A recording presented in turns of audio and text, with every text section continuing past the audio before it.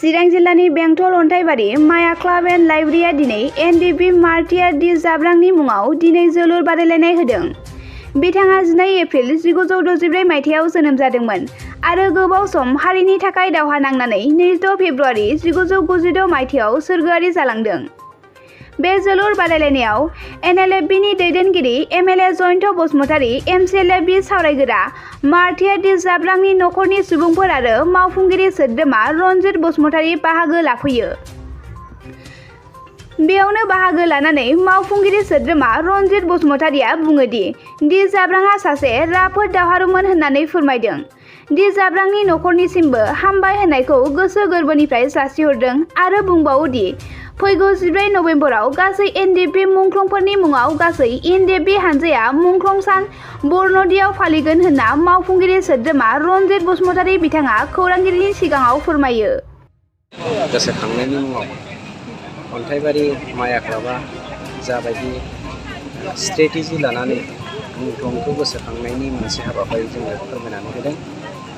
दिनैनि बे जोलुर बादायलायनायनि गेजेरजों जोंनि समाजाव सान्थि जौगाखांथों, जोंनि समाजा गेलेमु बिफानाव जौगासारनो हाथों आरो गेलेमु बिफाननि गेजेरजों जोंनि देरफुनाय जोहोलाव जोहोलावजोफ्रा सोलोंथायाव गुबुन गुबुन कम्पिटिटिभ एग्जामफोराव आरो फिजिकेलि मेन्टेलि जेरावबो जोङो स्ट्रं जानानै समाजनि मोजां खामानि मावनो हायो आरो गाज्रि आबहावाफोरखौ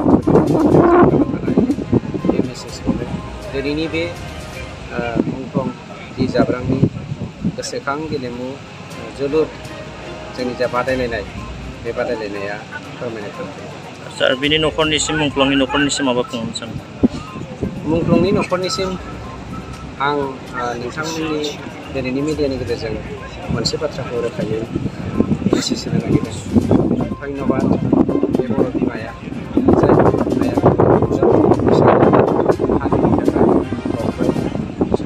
हारिनि इयुन जोलैखौ जुगामियै जोंगा मागा थांना थानाय आरो दैदेनलांनो हानाय बा जोङो जिउ खांनो हानायनि जा हाबाफारिफोर बे हाबाफारिफोरखौ बिथांनि फिसाया बा बिथांनि फिसानि थैजों दिनै जोंखौ रैखाथि होबोनायखौ जों मोननो हाबाय।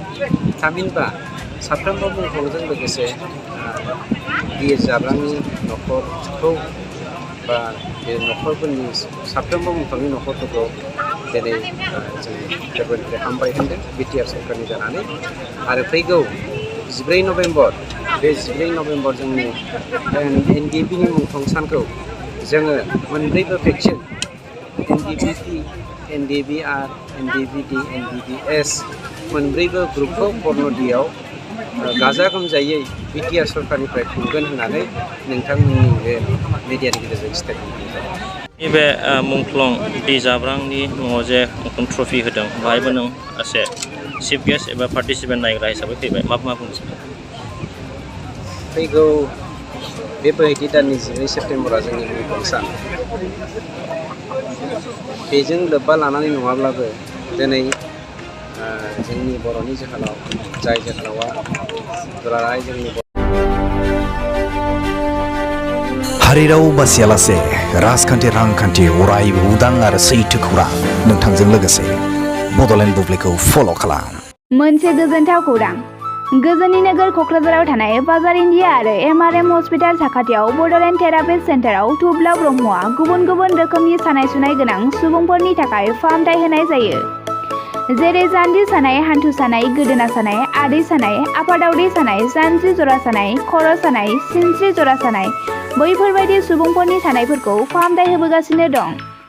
सोरबाफोर बे बेरामाव गोग्लैनाय सुबुंफोरा बे खाबुखौ लानो हागोन। गोबां मिन्थिनो थाखाय नैबे जानबुं नङाव फन खालाम 9974030738।